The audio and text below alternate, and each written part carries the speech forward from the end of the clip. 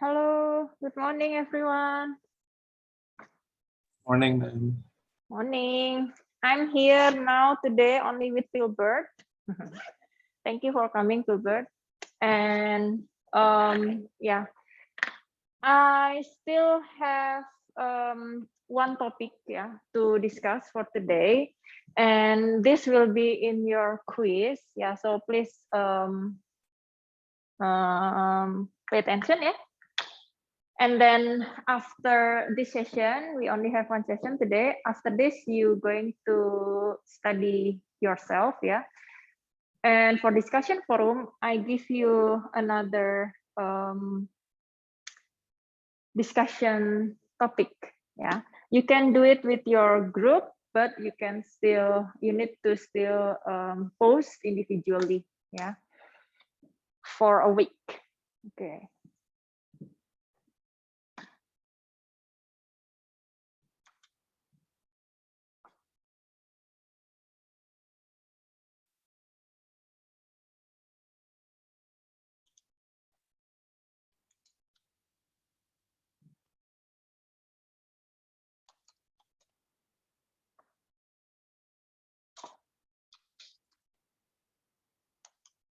Okay, so let's start. Today we're going to learn about recursive. If you ever heard this before when you learn programming, you can raise your hand. Have you learned this recursive? Yes, correct. You did. Okay. So what do you remember about recursive?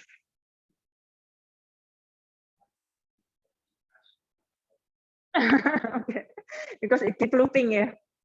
Okay, so from Zoom, you still remember what is recursive? Anyone from Zoom? With your Python, right? Python programming.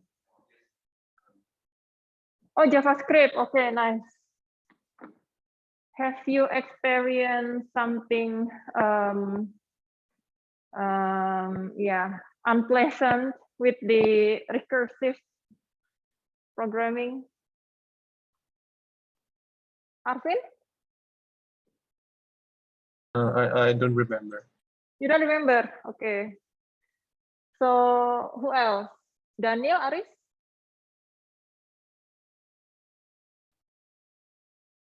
Recursive.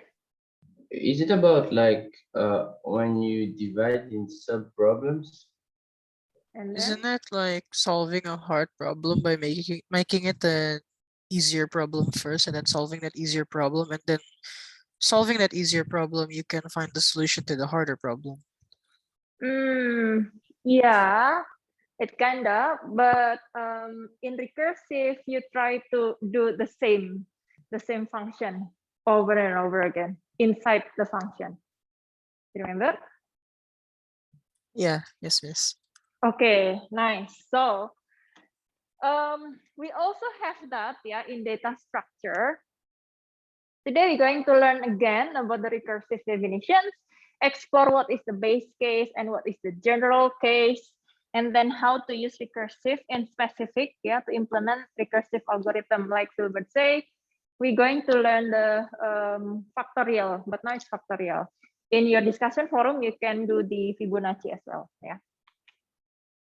Okay, so this is a topic that we're going to cover, and this will be your discussion forum task, together with your group.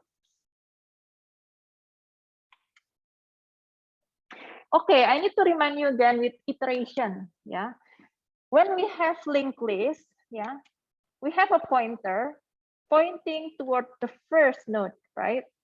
And then when we want to go to this node, the third node, we're going to move the pointer one at a time, right? That's through the iterations. For every loop, you need to move the iteration 1, 2, 3 until you find the desired position, or maybe up to the fourth node. That's called iterations. What make it different? You know how to stop. Okay, so please stop the iterations whenever it reach the fourth position, the fourth node in the linked list. Yeah. So please repeat 4 times. Please repeat 4 times. That's called the iteration. Okay, now we have the concept called recursion. Recursion is something like this. You know the Russian doll? Yeah, when you open the Russian doll, there is another Russian doll, and there is another Russian doll up to the very small one. Yeah, so this is called recursion. Like this, yeah.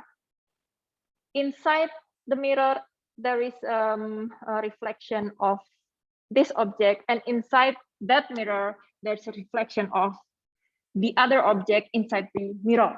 Yeah, so it's going this way. So this is the recursion. This is the iteration. Yeah. So recursion is, if I say in a simple word, it's different way to perform iteration. Yeah, basically to solve a problem, that's correct, but with different way than the iteration. Yeah. Okay, so we know 2 types. So the first one is iteration, iterative, and the other one is recursion. Yeah, that's called repetitive. So we can actually repeat the algorithm so many times. For example, yeah, like the pointer, we need to repeat how the pointer move toward the next node, right? For example, if you want to use the iteration, you use for loop, you use while loop, right? Until the desired condition is met. Now, the other way is using recursion. Recursion is something like this. They're going to call, yeah, they're going to call this function inside the function, and then it keeps doing like that. Okay, if we see here, for example, you know the factorial, right? In the factorial, we can define that as something like this. Factorial of 2 equals to 2 times 1, right? Factorial of 3 equals to 3 times 2 times 1. So this is the same like this. So we can say equals to 3 factorial of 2, like this. So whenever you want to solve something, yeah, you can solve that based on the same function. That's called the recursion. So put that in the mathematical function, mathematical symbol. Yeah, we can say something like this. Factorial, this one, yeah, factorial of n, yeah, n is your input, will be 1 whenever n equals to 0. N equals to n multiplied by factorial of n minus 1 whenever n greater than 0. This is how we calculate the factorial by using the recursion. Yeah, by using the normal iterative way, we can just do something like this, right? N multiplied by n minus 1, multiplied by n minus 2, multiplied by up to 1. Yeah, this is the last multiplier. If n greater than 0. But if n is 0, that means you just multiply the number with 1. Okay, so this is the 2 different approach, yeah. One using recursion and the other one using iteration. Yeah, look at this. This is different. The definition is different, yeah. We don't call the function again inside this definition, but in the recursive, we call the same function. Yeah, it's a bit hard to be honest, yeah, because it's confusing. We need to call the function inside the function with the other parameter. Yeah, this is factorial n, but this is factorial n minus 1. So every time they will be executed, the number of n is decrease. Yeah, decrease, and finally it will reach this base case. Okay.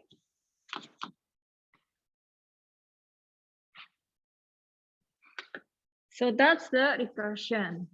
It will be harder, yeah, in practice, in implementations, when we didn't understand this one, yeah, the base and the general case. This is the stopping criterion, and this is the loop, yeah.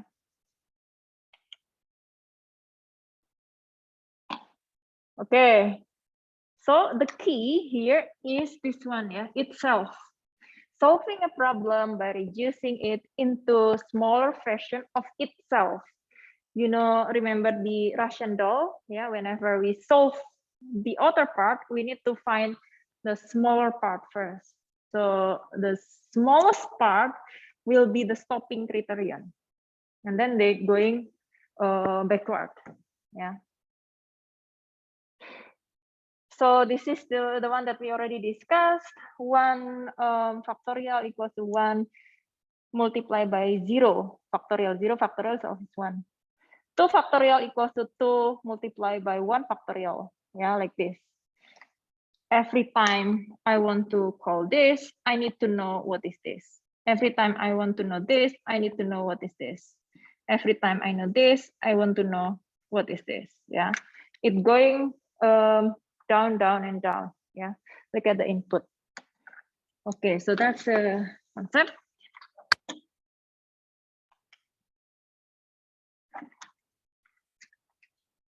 This is how you implement in C++. Yeah, so you define the function with the return type is integer.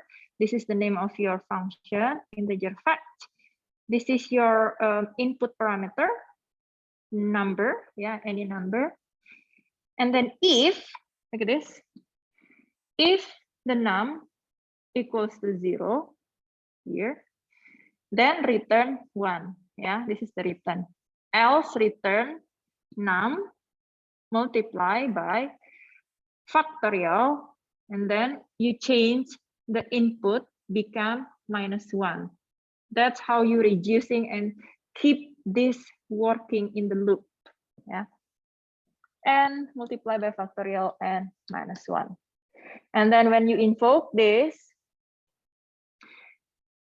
you just call it like this, fact, and then you define what factorial that you want to print out. Yeah, and then finally you can print out the result. Okay.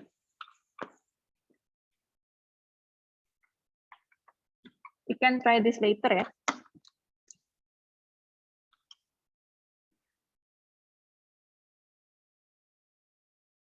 Okay, so how recursion work is going through 2 steps. Yeah, first we decompose the problem from the top to bottom, called as recursive call, and then when we execute the solutions, yeah, we solve it from the bottom to top, so going up again, like this. Yeah, recursive call.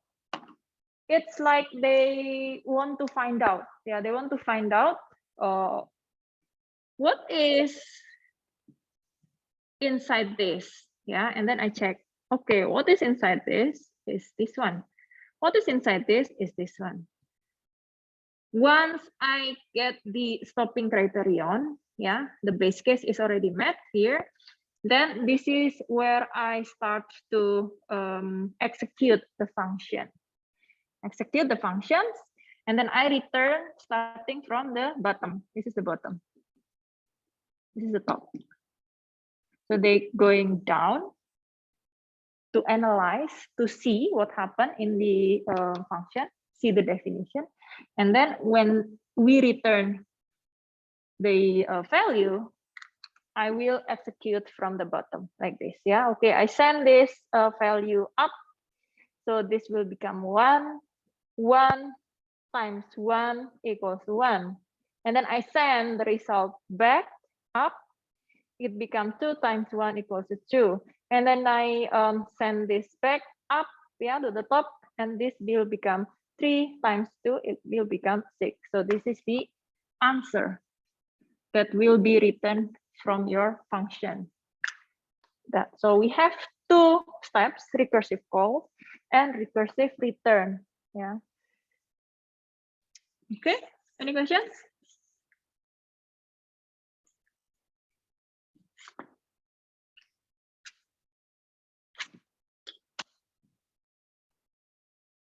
From the Zoom, any questions?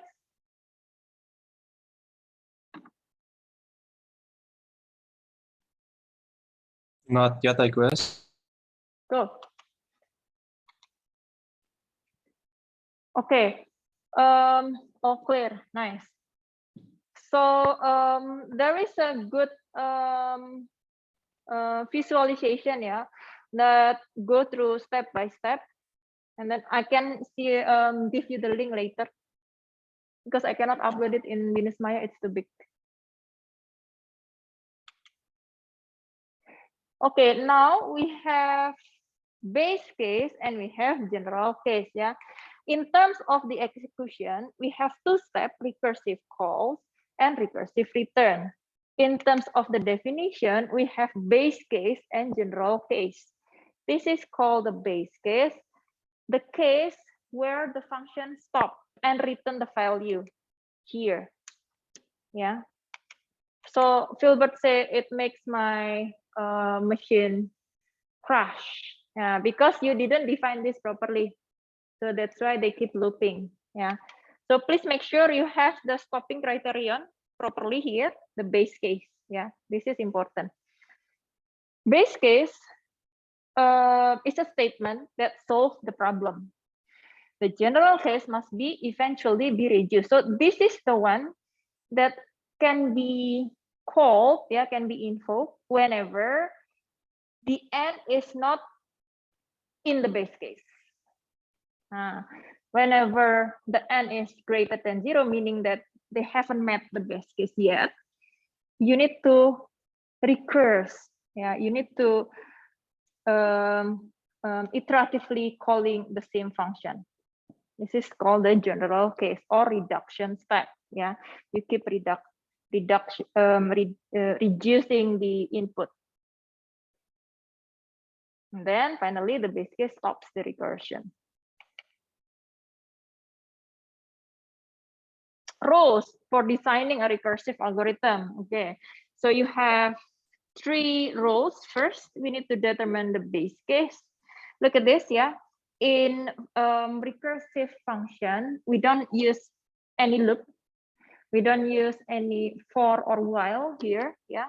Normally, we just use if then else because the loop going through this function. So if you design the recursive function and you also including the while loop inside that, so be careful, yeah, check again whether it can recursively call the function or not. Yeah, usually if you just use the iterative, use while. If you use the recursive, you use if then else, because in mathematical symbol it's like this, yeah. If n equals to 0, the return value is 1. If n greater than 0, the return value is this. So when we translate it into the code, it's exactly the same, like this. So first determine your base case when your function will stop. Then determine the general case, this one, and then combine the base case and the general case into an if then else construct. Yeah, if then else.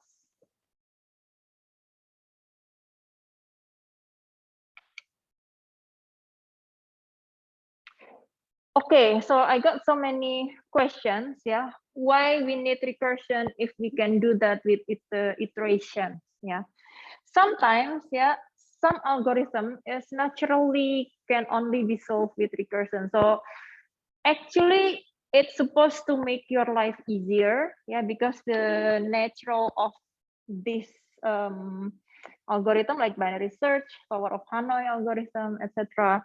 It's, yeah, support recursion.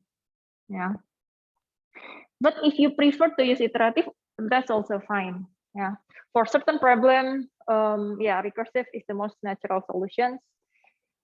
And yeah, this one, breadth first search without recursion, it can be a little bit harder and slower. Yeah, it's more complicated sometimes. So it's based on your case. Yeah, it's based on your problem.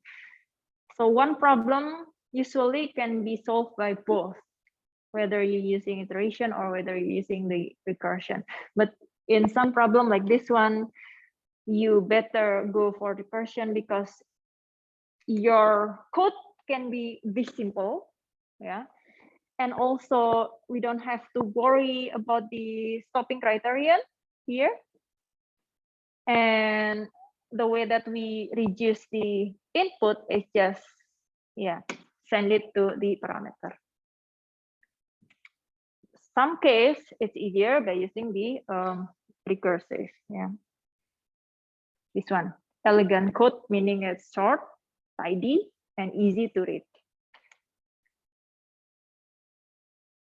Okay, so need to check, yeah, is the algorithm naturally suited to recursion? Is the recursive solution shorter and more understandable? If not, don't use it. Yeah, you're going to crash your machine. Does the recursive solution run within the acceptable time and space limit? This is also need to be considered. Yeah. Of course, they have the limitation or drawback. Yeah, memory overhead and time overhead. Okay, I'm going to tell you why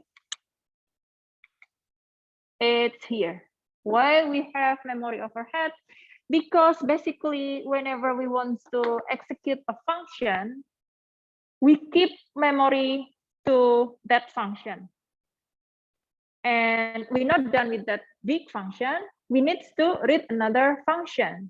And that's memory consuming, right?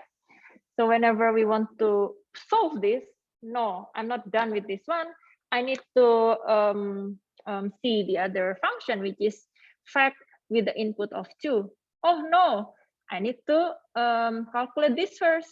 And then the memory still allocated for this one, still allocated for this one, and this one, and this one. And then finally, they return. And that's caused the memory overhead. Yeah. That's different with the iteration. Yeah, in the iterations, it just loop, and then once you're done, you're done. Yeah, you don't have to keep this in the memory. So this is the comparison between the iteration and recursion. It's here. Yeah, based on the code size, recursive code is generally smaller and simpler because you can just use if then else and easier to read. Yeah, with the iterative code, it's generally bigger. Yeah, because you need to perform individual operation manually, yeah, inside your while loop or for loop. Yeah. Overhead, in terms of the overhead for the recursion, process overhead or repeated function calls. And with iteration, no, we don't have overhead. Yeah, still, yeah, you need to choose this carefully.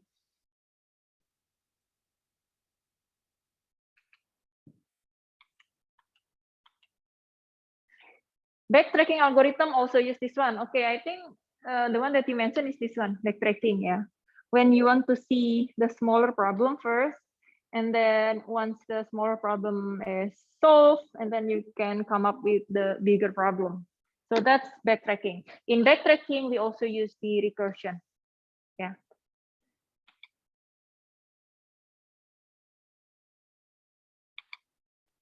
Okay, I think that's it. Yeah. Okay, so this is your discussion forum for this week, yeah, up to Tuesday, yeah, next week. So the next session, please explore this one. It's supposed to be until week 7, group 7.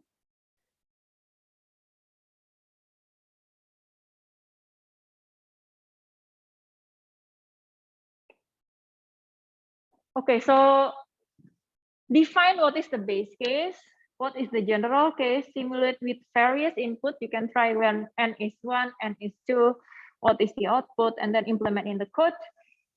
Please give the proper comment for each line. You can implement both, yeah. What if you implement by using iterative and what if you implement by using recursion? You can have a look, yeah. there is a lot of source out there that already implement this in C++. Yeah, you can just learn it. For the first group, you may choose this one, combinations. Group 2, decimal to binary conversion, slower Hanoi, infix to postfix, read common divisor, palindrome, and group 7 is reverse an integer number. So the input will be 1, 2, 3, 4. The output will be 4, 3, 2, 1. Yeah. So try this and then post it. Every person can post the same thing in the group, yeah, within the group. So 3 of you can post the same thing. Yeah, discuss with your group. Yeah.